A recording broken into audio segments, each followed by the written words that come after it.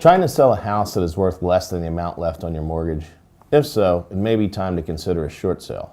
But what is a short sale? How do they work? And what are the pros and cons?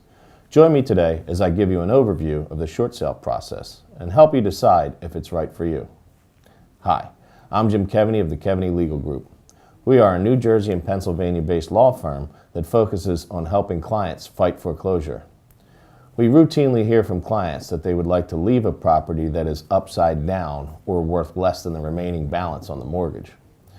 One way to do that is through the short sale process.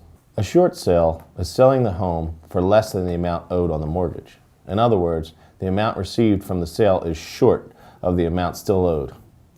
For a short sale to work, the bank must sign off on the deal, agreeing to take less than they are owed. Banks often prefer short sales over foreclosures because they mean avoiding the time and expense of going through a foreclosure. Remember, if a bank forecloses, it may take title to a property, but it still has to wait to sell that property at auction. That would require the bank to spend even more time to maintain the property. At least in a short sale, the bank gets a portion of its money back, avoiding a total loss. Of course, short sales used to be harder to work out with banks that did not want to lose any of their investment. But recent changes to federal law have created incentives for banks to work with borrowers in making these transactions easier.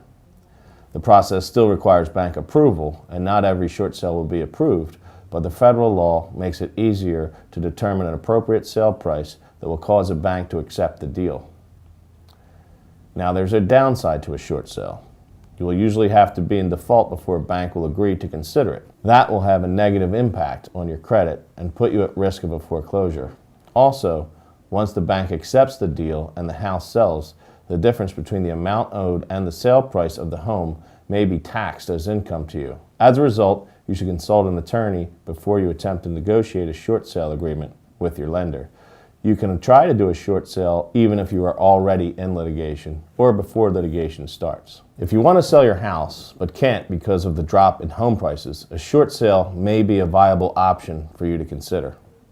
At Keaveney Legal Group, we have helped scores of clients find options to either avoid foreclosure altogether or to sell a property they no longer wanted. We will be happy to discuss the circumstances of your situation with you and help you determine the appropriate course of action to suit your needs. For a free, no-obligation consultation, give us a call at 1-800-219-0939 or email me at jim@keaveneylegalgroup.com. I'm Jim Keaveney. Have a wonderful day.